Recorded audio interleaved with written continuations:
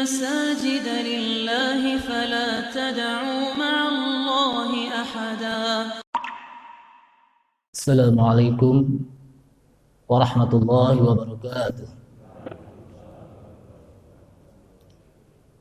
بسم الله الرحمن الرحيم. الحمد لله حمدا كثيرا طيبا مباركا فيه كما يحب ربنا ويرضى. والصلاة والسلام على رسول الله سيدنا محمد بن عبد الله وعلى آله وصحبه وتابعهم ومن تبعهم بإحسان إلى يوم القيامة. أما بعد، قال الله تعالى في كتابه الكريم وهو أصدق القائلين: يا أيها الذين آمنوا اتقوا الله حق تقاته ولا تموتن إلا وأنتم مسلمون. وقال رسول الله صلى الله عليه وسلم: فإن أصدق الحديث كتاب الله تعالى وخير الهدى هدى محمد صلى الله عليه وسلم وشر الأمور محدثاتها وكل محدثة بدعة وكل بدعة ضلالة. Ma'asyiral muslimin wal muslimat, ibu bapak hadirin hadirat sekalian, segenap pengurus Masjid Al-Muhajirin, Jamaah Al-Muhajirin, para remaja yang mudah-mudahan kita senantiasa semuanya mendapatkan limpahan rahmat dan maghfirah dari Allah Subhanahu wa taala. Puji syukur senantiasa kita sampaikan kepada Allah Subhanahu wa taala yang telah begitu banyak memberikan nikmat-nikmatnya kepada kita sekalian, baik nikmat yang kita minta maupun nikmat yang tidak pernah kita minta. Namun dari semua nikmat yang begitu banyak, maka nikmat iman dan Islamlah yang merupakan nikmat yang paling penting dalam kehidupan kita. Karena nikmat inilah yang akan bisa membawa kita untuk masuk ke dalam surga Allah Subhanahu wa taala. Salawat serta salam tak lupa kita sampaikan kepada Nabi kita Nabi Muhammad sallallahu alaihi wasallam beserta para keluarganya, para sahabatnya, para pengikutnya yang senantiasa istiqamah di dalam menjalankan sunnah-sunnah Rasulullah sallallahu alaihi wasallam. Ibu bapak hadirin hadirat sekalian, yang mudah-mudahan kita senantiasa mendapatkan kemuliaan dari Allah Subhanahu wa taala. Pada pagi hari ini kita akan membahas nasihat berkenaan dengan al-imanu bi rusulillah. Beriman dengan rasul-rasul Allah. Wajib bagi kita untuk mengimani terhadap rasul-rasul, nabi-nabi dan rasul yang diutus oleh Allah Subhanahu wa taala secara keseluruhan, secara global. Karena Allah Subhanahu wa taala mengatakan, innal ladzina yakfuruna billahi wa rusulihi wa yuriduna ay yufarriqu bainallahi wa rusulihi wa yaquluna nu'minu bi ba'din wa nakfuru bi ba'din wa yuriduna ay yattakhidhu baina dzalika sabila ulaika humul kafiruna haqqan. Firman Allah Subhanahu wa taala yang artinya sesungguhnya orang-orang yang kufur, orang-orang yang mengingkari Allah, mengingkari rasul-rasulnya, dan mereka ingin membedakan antara iman kepada Allah dan Rasulnya, dan mereka juga beriman dengan sebagian Rasul dan kafir dan ingkar dengan sebagian Rasul yang diutus oleh Allah Subhanahu wa taala. Maka dengan tegas Allah mengatakan, ulaika humul kafiruna haqqan. Di sini ada kalimat haqqa di akhirnya. Mereka itu adalah orang-orang kafir yang benar-benar kafir. Bukan hanya sekedar kafir, tapi benar-benar kafir. Kalau di dalam ayat lain disebutkan ulaika humul mu'minuna haqqan. Mereka adalah orang-orang yang mukmin yang benar-benar mukmin, mukmin yang sejati. Maka dalam ayat ini orang yang membedakan beriman kepada satu rasul atau sebagian rasul lalu berkufur kepada sebagian rasul, maka kata Allah SWT mereka adalah orang-orang kafir yang kafirnya kafir sejati. Yang kedua, beriman kepada rasul juga diwajibkan bagi kita untuk secara khusus yang disebutkan oleh Allah Subhanahu wa taala nama-namanya di dalam Al-Qur'an. Dari mulai Nabi Adam alaihissalam sampai kepada Nabi kita Nabi Muhammad sallallahu alaihi wasallam, wajib bagi kita untuk mengimaninya. Jadi baik yang Allah kisahkan para nabi dan rasul di dalam Al-Qur'an secara khusus atau yang tidak secara khusus dikisahkan dan secara umum yang tidak dikisahkan, wajib bagi kita untuk mengimaninya. Karena Allah Subhanahu wa taala mengatakan, "Wa laqad arsalna rusulan min qablika minhum man qasasna 'alaika wa minhum man lam naqsus 'alaika." Dan sungguh kami telah utus rasul-rasul sebelum kamu, hai Muhammad. Di antara mereka ada yang kami kisahkan di dalam Al-Qur'an. Dan di antara mereka ada yang tidak kami kisahkan, kata Allah. Di antara mereka ada yang kami ceritakan di dalam Al-Quran. Wajib bagi kita untuk mengimaninya. Atau di antara mereka Rasul ada yang tidak dikisahkan, yang tidak diceritakan oleh Allah Subhanahu wa taala. Itu pun wajib bagi kita untuk mengimaninya secara global. Apa sih esensi, inti dari beriman kepada Rasul? Khususnya Nabi kita, Nabi Muhammad SAW, esensinya adalah mentaati mereka. Ketika Allah Subhanahu wa taala datangkan Rasul di tengah-tengah mereka, wajib bagi kita untuk mentaati mereka. Dengan cara apa? Mengikuti perintah mereka dan menjauhkan larangan-larangan mereka. Serta kita berada di jalan para Rasul, tidak melenceng jalannya. Benar-benar berada di jalan Rasul dengan kita menjalankan perintahnya dan menjauhkan larangan-larangannya. Dan menjadikan Rasul tersebut sebagai uswah hasanah, qudwah, sebagai contoh teladan, sebagai manusia yang wajib kita ikuti dalam setiap kehidupannya. Sehingga tidak boleh bagi kita untuk menjadikan Rasul hanya sekedar beriman tapi nggak kita ikutin. Tidak kita jadikan dia sebagai uswah. Kemudian jamaah sekalian, di samping itu juga wajib bagi kita untuk mengamalkan syariat yang dibawa oleh Rasul. Jadi mengamalkan syariat yang dibawa oleh Rasul. Inilah yang merupakan kewajiban bagi kita untuk mengimani para Rasul. Di samping itu bahwa Rasul-Rasul yang diutus oleh Allah Subhanahu wa taala ini merupakan ibadun minal bashar. Merupakan hamba-hamba Allah yang dari kalangan manusia. Jadi Rasul itu bukan dari kalangan malaikat, juga bukan dari kalangan jin, tapi dari kalangan manusia. Justru Rasul yang diutus oleh Allah Subhanahu wa taala dari kalangan manusia ini menjadi karunia bagi kita sebagai orang yang beriman. Sebagaimana Allah Subhanahu wa taala mengatakan, "Walaqad mannallahu 'alal mu'minina idz ba'atsa fihim rasulan minhum yatlu 'alaihim ayatihi" ila akhir ayat. Sungguh menjadi karunia Allah Subhanahu wa taala ketika Allah Subhanahu wa taala mengutus seorang rasul dari kalangan mereka sendiri, yaitu dari kalangan manusia. Kenapa? Karena kalau rasul dari kalangan malaikat, ini sebetulnya sebuah pengulangan ya. Rasul dari kalangan malaikat itu tidak bisa memberikan contoh dalam kehidupan kita. Bagaimana kita bisa menjadi suami yang baik, menjadi bapak yang baik, sementara malaikat nggak ada yang nikah. Ada nggak yang nikah malaikat? Ada yang pernah datang undangan pernikahan malaikat? Nggak ada kan? Karena memang malaikat nggak pernah apa? Nikah. Jadi malaikat nggak pernah apa? Nikah. Sebab malaikat yang pernah kita bahas tentang bagaimana beriman kepada malaikat, mereka bukanlah makhluk laki atau perempuan. Malaikat itu bukan laki-laki, bukan perempuan. Ustadz, kalau itu di tengah-tengah dong Ustadz. Enggak, dia tidak punya jenis kelamin. Jadi malaikat itu apa? Tidak berjenis kelamin, sehingga dia tidak nikah.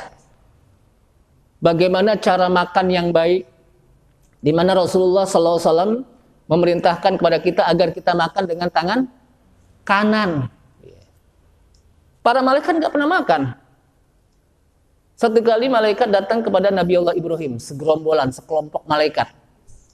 Namanya Nabi, mereka begitu memuliakan tetamunya, sehingga dipotong anak sapi.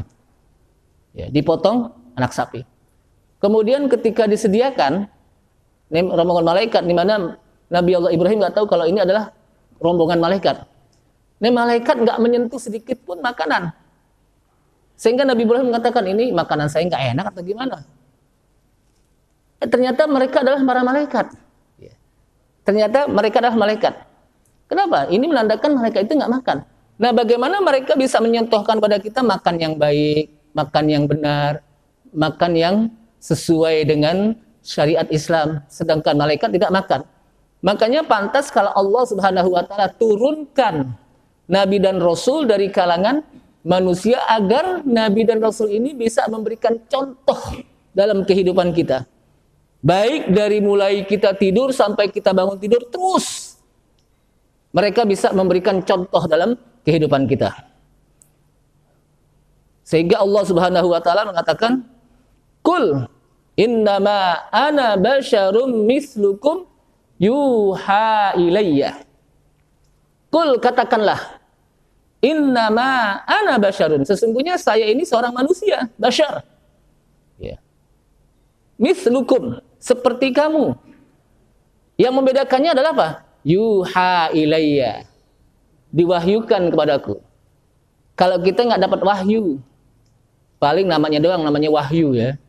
Tapi nggak dapat wahyu dari Allah Subhanahu wa taala.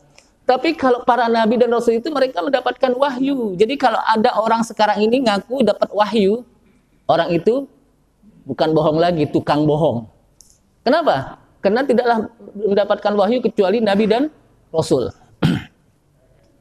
Di sini disebutkan innama ana basyar. Basyar itu artinya manusia. Kadang-kadang Allah Subhanahu wa taala menyebut kata manusia di dalam Al-Qur'an itu dengan kalimat al-insanu, an-nasu. Kadang juga disebut bani Adam. Ya.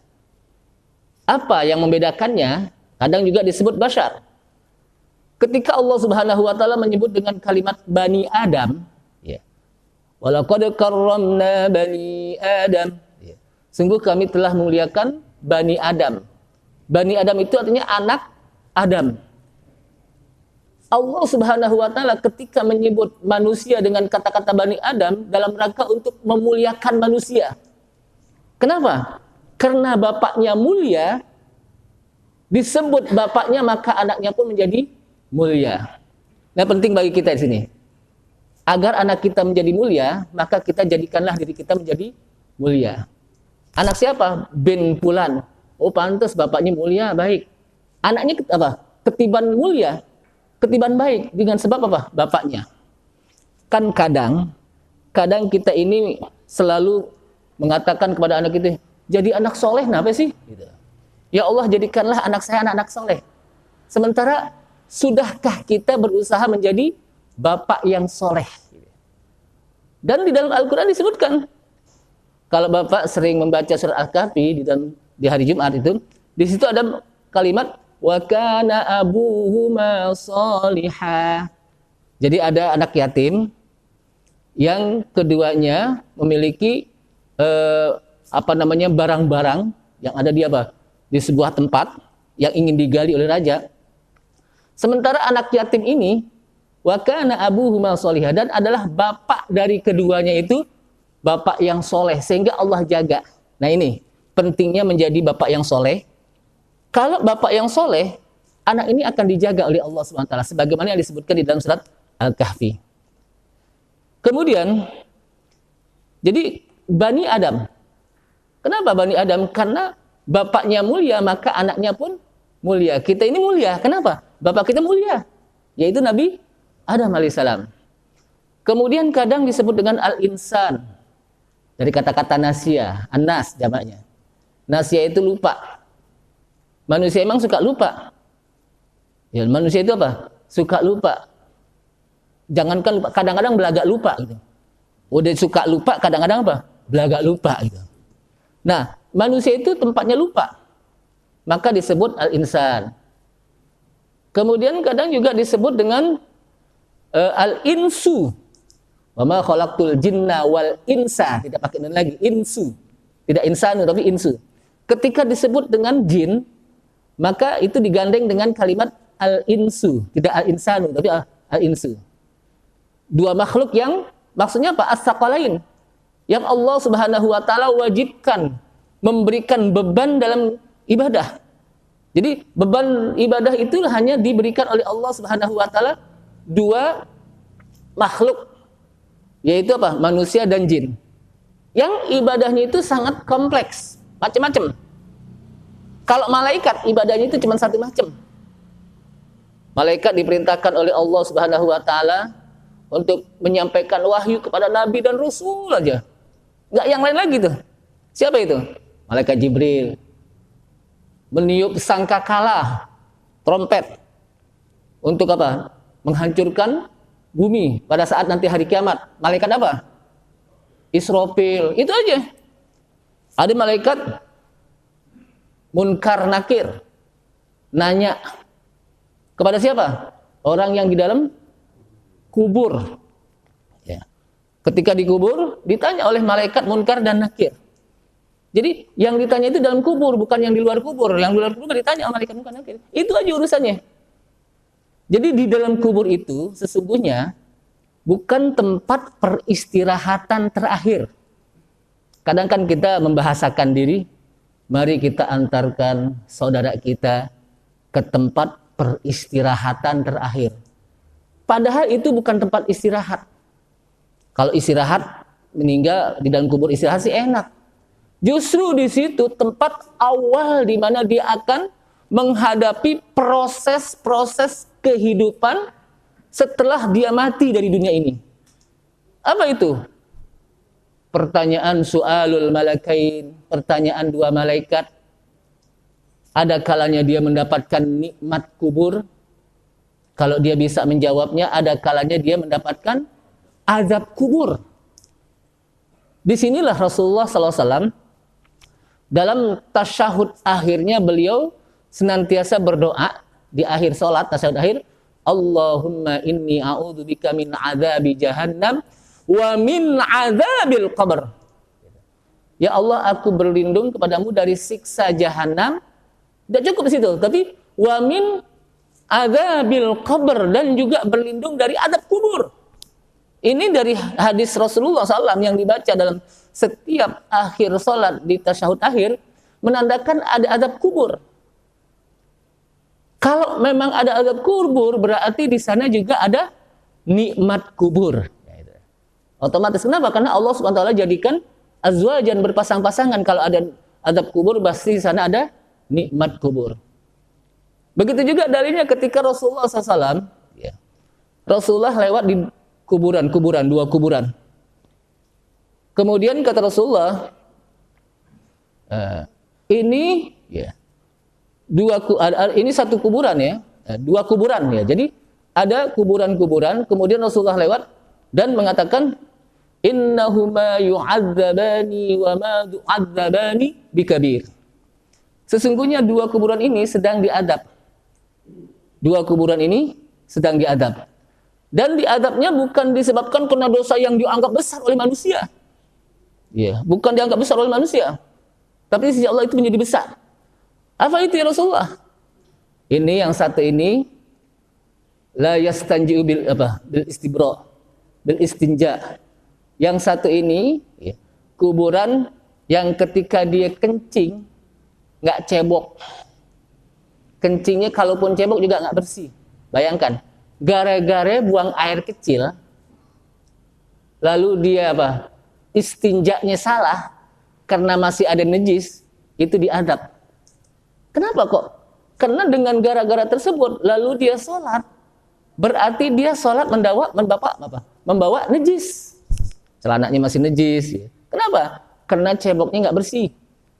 Makanya hati-hati tuh kalau kita istinja, buang air kecil, apalagi buang air besar, biar bersih, jangan asal-asalan. Biar apa? Bersih.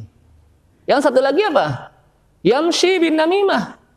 Kuburan yang satu lagi itu kan manusia menganggap itu kan hal yang biasa, dianggap apa? Enggak besar. Padahal itu besar di sisi Allah SWT.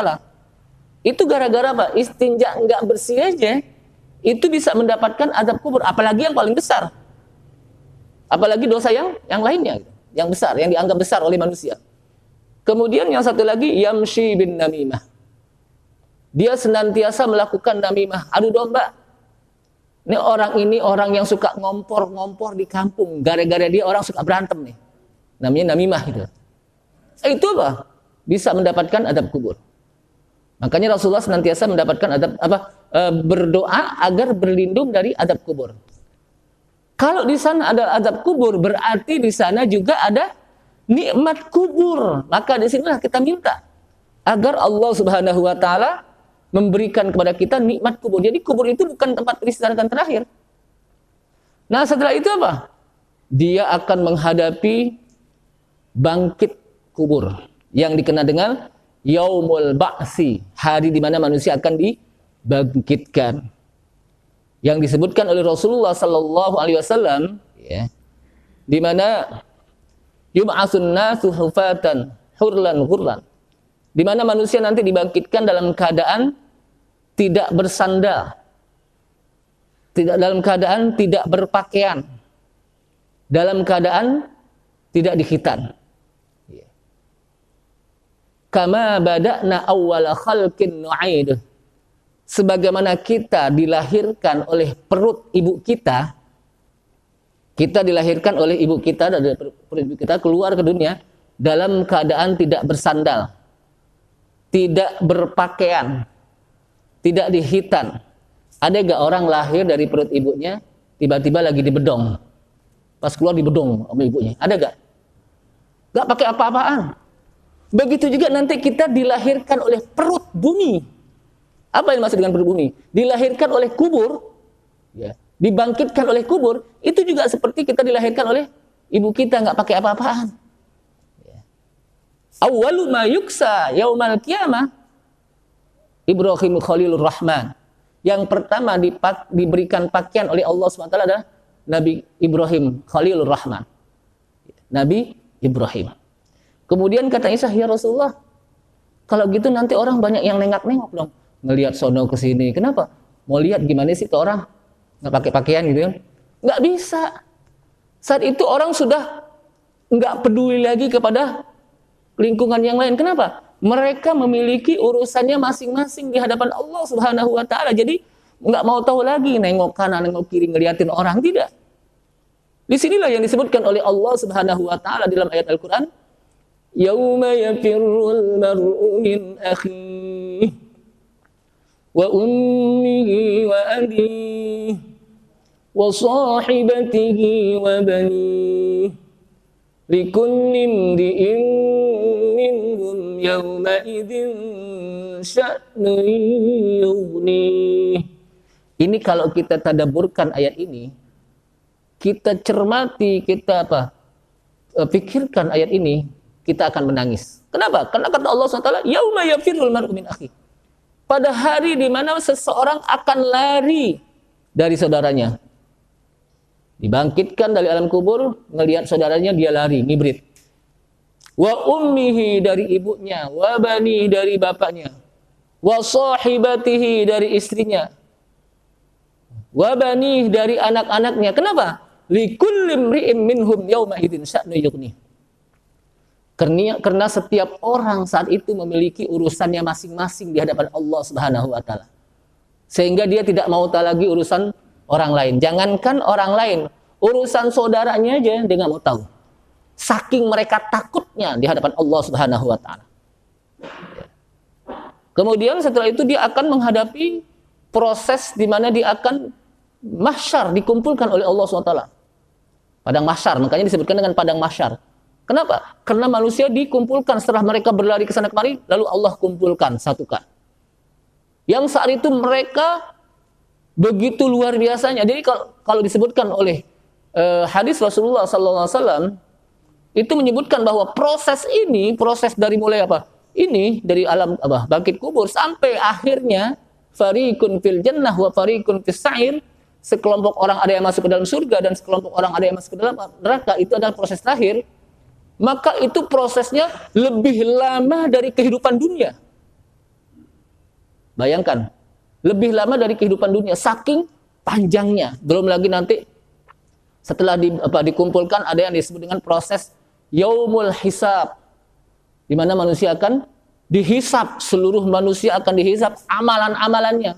Lalu yaumul mizan, akan ditimbang amalan-amalannya. Belum lagi nanti masuk kepada haud, di mana manusia umat Nabi Muhammad akan diberikan minum dari telaga Rasulullah SAW. Dan kalau dia sebagai umat Nabi Muhammad, maka mereka akan diberikan yang disebutkan dalam hadis, man syariba syurbatan la yazma'u abadan. Barang siapa yang minum satu kali teguk, satu kali minum, la yazma'u abadan, orang itu nggak akan pernah haus selama-lamanya. Dari haud Rasulullah sallallahu alaihi wasallam. Kemudian masuk kepada as-sirat, jembat. Dan akhirnya nanti fariqun fil jannah wa fariqun fis sa'ir. Sekelompok orang ada yang masuk ke dalam surga dan sekelompok orang ada yang masuk ke dalam neraka sesuai dengan amalan masing-masing. Nah, ini proses begitu panjang. Nah, oleh karena itulah jamaah sekalian, begitu pentingnya bagi kita memperhatikan kehidupan dunia. Di mana dunia ini sementara. Kalau kita rasakan nih, sekarang dunia ini sementara, sebentar.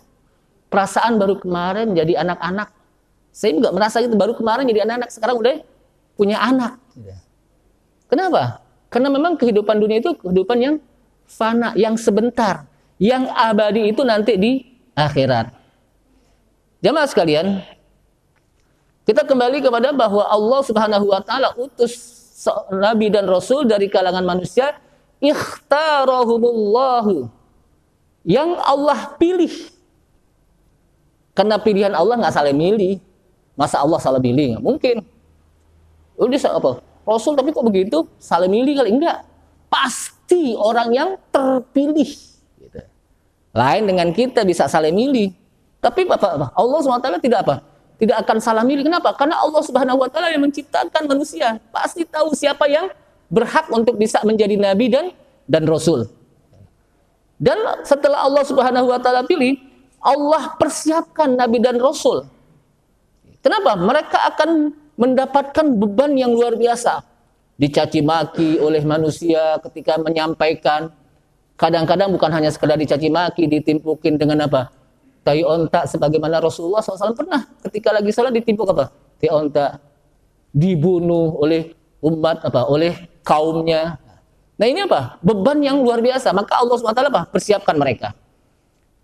Dan para nabi dan rasul memiliki tabiat manusia.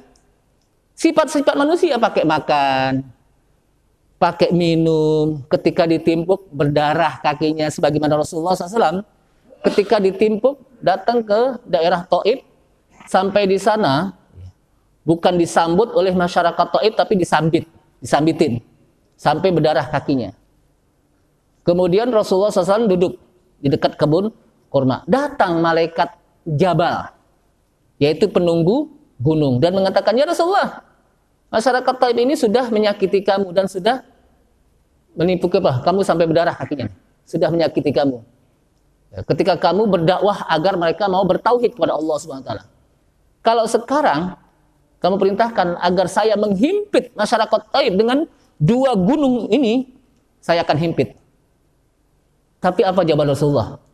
Enggak mengatakan udah silakan mau diapain aja deh, enggak. Padahal sampai kakinya berdarah, udah disakitin, ditimpukin, enggak begitu Rasulullah. Apa kata Rasulullah? Arju min aslabihim ya'budunallaha wa la yusyrikuna bihi syai'a. Bayangkan, begitu cintanya Rasulullah kepada umatnya. Saya masih mengharapkan dari keturunan mereka, ya biar itu bapaknya pada enggak mau beriman.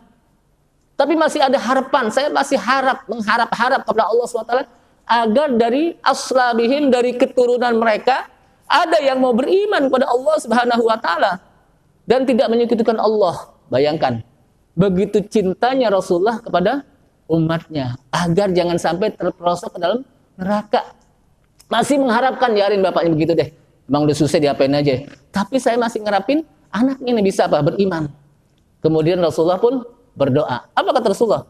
Allahumma hdi qaumi fa innahum la ya'lamun. Ya Allah, berilah hidayah. Berilah petunjuk kepada kaumku. Sesungguhnya mereka nggak tahu kalau saya ini seorang nabi dan rasul. Jadi nggak mentang-mentang ditawarin oleh malaikat Jabal agar apa? Bisa menghimpit masyarakat Taif lalu apa? Diiyakan. Udah dihabisin aja juga nggak apa-apa. Enggak. Justru Rasulullah apa? Mengatakan jangan. Saya masih ngarepin.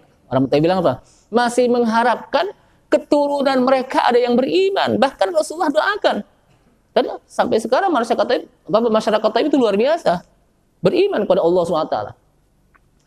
Nah, jadi para nabi dan rasul itu memiliki karakter, sifat seperti manusia. Memang mereka manusia. Pakai makan, pakai minum, berdarah, pakai nikah. Manusia itu kan pakai nikah. Jadi kalau ada orang yang nggak mau nikah, saya mau nikah, saya tahan deh. Berarti orang tersebut dia sudah apa? Dia sudah melanggar fitrahnya. Makanya ada ketika Rasulullah SAW berjalan, ada di antara sahabat mengatakan, bagaimana sih ibadahnya Rasulullah? Oh, ibadah Rasulullah begini. Oh, kalau begitu, saya bisa lebih apa? Hebat. Kenapa? Saya akan senantiasa berpuasa di siang hari, tidak pernah makan. Kata sahabat yang satu lagi, senantiasa berpuasa di siang hari, tidak akan apa? Tidak akan pernah makan. Lalu yang satu lagi, kalau gitu saya akan bangun malam, nggak pernah tidur malam. Pokoknya apa? Bangun malam dan apa? Beribadah. Gitu. Terus sahabat yang satu lagi, kalau gitu, la atazawwaj, saya nggak mau nikah. Pokoknya saya ibadah aja deh, gitu. Bayangkan, ini sebetulnya kalau menurut kita logika, ini hebat banget nih. Tiap malam nggak apa? Pernah tidur, ibadah terus. Ini tiap hari puasa, nggak mau makan-makan, gitu kan. Ini orang yang tidak mau nikah, pokoknya ibadah aja deh, gitu. Apa kata Rasulullah ketika mendengar ini, ketika Rasulullah lewat, kalau bahasa Betawi, inti tadi yang ngomong begini-begini nih. Ingat kata Rasulullah, inni asumu wa uftiru. Saya puasa juga, tapi juga saya pakai makan. Puasa berbuka juga, gitu. Nggak terus-terusan. Terus yang satu lagi, inni usolli lailan, kata Rasulullah. Saya juga sholat malam. Tapi wa anamu, saya juga pakai apa? Pakai tidur. Tetap bangun malam, sholat, tapi juga pakai tidur, gitu. Karena manusia. Terus wa atazawwaju. Dan saya juga nikah, gitu. Faman raghiba an sunnati falaysa minni, kata Rasulullah. Barang siapa yang benci terhadap sunnahku, maka dia bukan termasuk dari golonganku. Jadi artinya Rasulullah menjelaskan syariat Islam itu enggak begitu, gitu. Ada istirahatnya. Mata itu ada istirahatnya. Kenapa? Wa ainayya haqqun, karena dua mata kita punya hak. Hak mata kita apa? Tidur, istirahat. Yeah. Lalu perut kita juga perlu makan, gitu. Jadi bukan terus-terusan, makanya kan kita maksimal saum itu saumu Daud. Sehari puasa, sehari enggak. Puasa itu saumu Daud. Enggak terus-terusan kan? Saumu Daud. Lalu ada lagi Senin Kemis. Ya, Senin apa? Kenapa? Itulah syariat Islam, tidak memberikan beban, tidak menyakiti dan tidak membahayakan.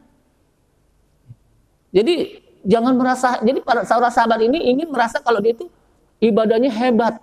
Ibadahnya apa? Hebat. Saya tidak akan makan deh. Saya tidak akan apa? Makan.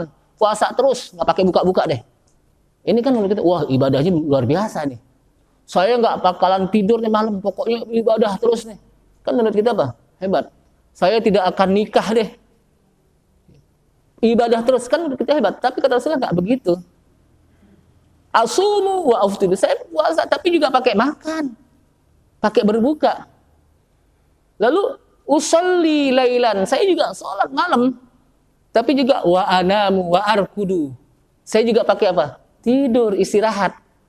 Wa atazawwaju, saya juga pakai nikah. Rasulullah kan punya istri, punya anak, bahkan punya cucu.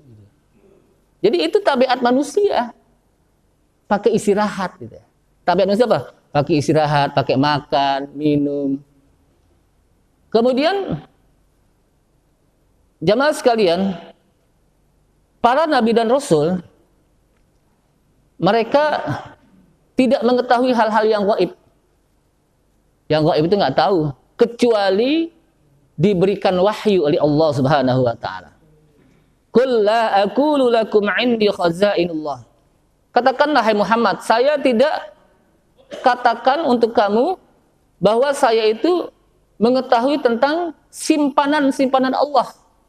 Di mana Allah menyimpan sesuatu ketentuan lalu dia tahu. Nggak tahu. Para nabi nggak tahu. Wala a'lamul ghaib. Saya juga nggak tahu hal-hal yang gaib. Bukan sebagaimana dukun-dukun sekarang tahu aja itu. Masuk tahun 2021 akan terjadi begini-begini. Masuk tahun baru Imlek ini akan, ini kan dulu tahun monyet, masa ada tahun monyet itu? Tahun gajah dulu. Jadi mau ngapain kita pakai apa? Manusia akan seperti ini. Nggak tahu Rasulullah. Kecuali kalau diberitahu oleh Allah Subhanahu wa taala melalui wahyu. Jadi jangan sampai sok tahu, kalau bahasa kan sok tahu ya, para dukun itu kan sok tahu, paranormal, orang pinter.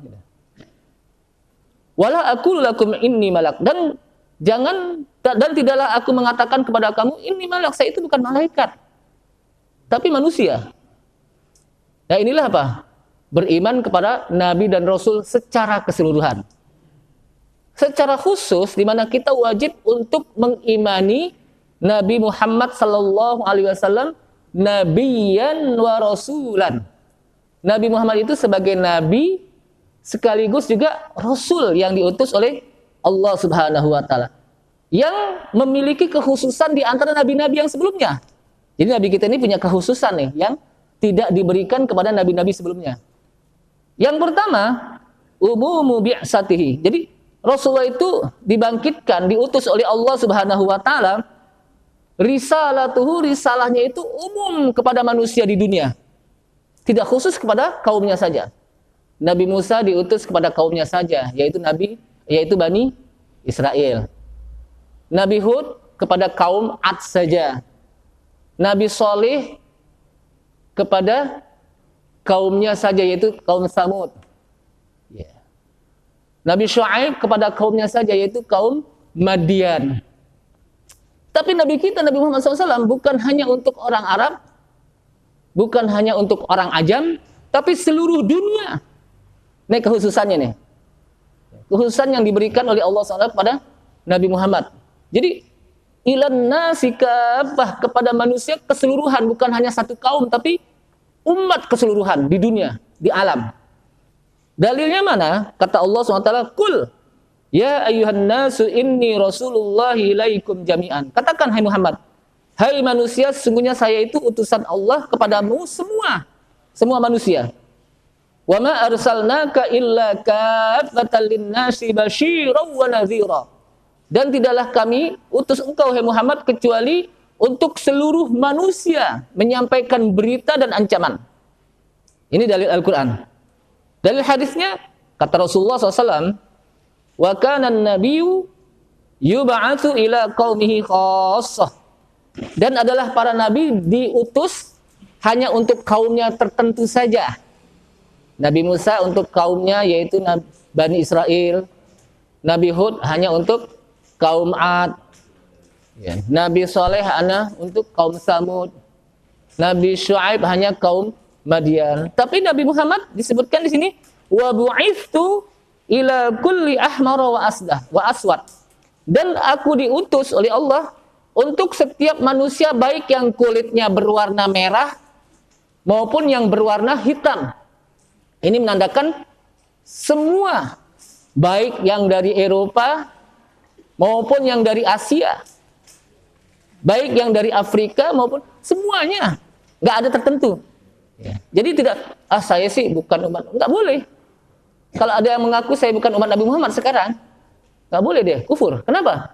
Karena dia termasuk bagian dari umat Nabi Muhammad yang wajib mengikuti syariat Nabi Muhammad SAW. Udah selesai? Udah. Ini saja ibu bapak sekalian. Mudah-mudahan bermanfaat bagi kita. Kita dibatasi dengan waktu. Saya nggak tahu berapa kali lagi sebelum Ramadan. Apa ini terakhir? Oh, Ramadan. Mudah-mudahan ya. Ini saja mudah-mudahan sekalian. Dan mudah-mudahan apa yang kita kaji di pagi hari ini kita bisa memahaminya dan kita bisa mengimaninya, bagaimana beriman kepada Nabi dan Rasul dan khususnya kepada Nabi kita Nabi Muhammad SAW. Dan terakhir mudah-mudahan dengan suasana pandemi masih tetap kita menggunakan protokol kesehatan, ya, prokes, agar kita terhindar dari penyakit COVID, ya, kita terhindar dari virus corona. Dan pada akhirnya mudah-mudahan kita bisa menemukan Ramadan nanti dengan begitu banyak amalan-amalan yang diberikan oleh Allah dengan pahala yang berlipat ganda. Dan pada akhirnya kita pun mudah-mudahan diberikan petunjuk oleh Allah SWT dan akhirnya kita dalam keadaan husnul khatimah. Kita tutup, silakan Pak. Kita tutup dengan Allahumma arhamna bil Qur'an Allahumma arhamna bil Qur'an waj'alna a'immatan rahmatan. Rabbana taqabbal minna innaka antas samiul alim wa tub alaina innaka antat tawwabur rahim. Allahumma fahman nabi, Allahumma inna nas'aluka fahman nabiin wa hifdzal mursalin wa ilhamal malaikatil muqarrabin. Rabbana taqabbal minna innaka antas samiul alim wa tub alaina innaka antat tawwabur rahim. Rabbana atina fid dunya hasanah wa fil akhirati hasanah wa qina adzabannar. Bi fadli subhana rabbika rabbil izzati amma yasifun. Wassalamun alal mursalin walhamdulillahi alamin. Kita tutup subhanakallahumma wa bihamdika asyhadu an la ilaha illa anta astaghfiruka wa atubu ilaik. Assalamualaikum warahmatullahi wabarakatuh.